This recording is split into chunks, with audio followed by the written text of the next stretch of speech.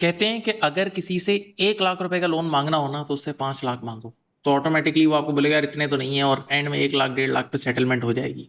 आपका ऑब्जेक्टिव भी अचीव हो जाएगा और वो भी खुश हो जाएगा। तो शायद ऐसा ही कुछ हुआ है अभी, जो पहले पेट्रोल प्राइस 458 पे गई और फिर अगले दिन वो 80 रुपये 80 रुपीज़ कम हो गई। तो कुछ इसी तरह है। बहरहाल यार हमारा तो ऑब्जेक्टिव अचीव हो गया, हमें आवाम को तो अल्टीमेटली रिलीफ मिल गया, हम तो ये सोचेंगे, लेकिन फिर भी स्टिल नेट अमाउंट में इंक्रीज हो गया। अब दो सवालात का जवाब देना है जो अक्सर सोशल मीडिया पे बहुत चल रहा है।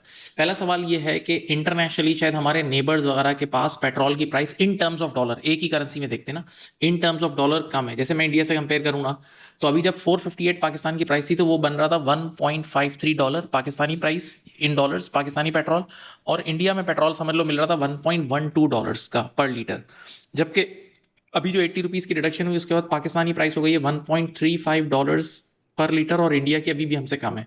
तो अब कुछ लोग कह रहे हैं यार इंडिया की बहुत कम है, वहाँ बहुत रिलीफ दे रही है। पहली बात है, इंडिया और पाकिस्तान डायरेक्टली कंपेरेबल है ही नहीं, दोनों की इकोनॉमी की साइज, उनके सर्कमस्टेंसेस, उनके रिजर्व सब डिफरेंट है। और अब एक बात बोलूँ, जब इंडिया में पेट्रोल प्राइस थोड़ी कम है ना तो उनकी करेंसी डिवैल्यू हुई है। आपके सामने देखें ना, अभी रिसेंटली डिवैल्यूशन हुई है, 84 85 से चल के फिर 94 तक आई थी, अभी शायद 93 के आसपास है, $1 टू INR।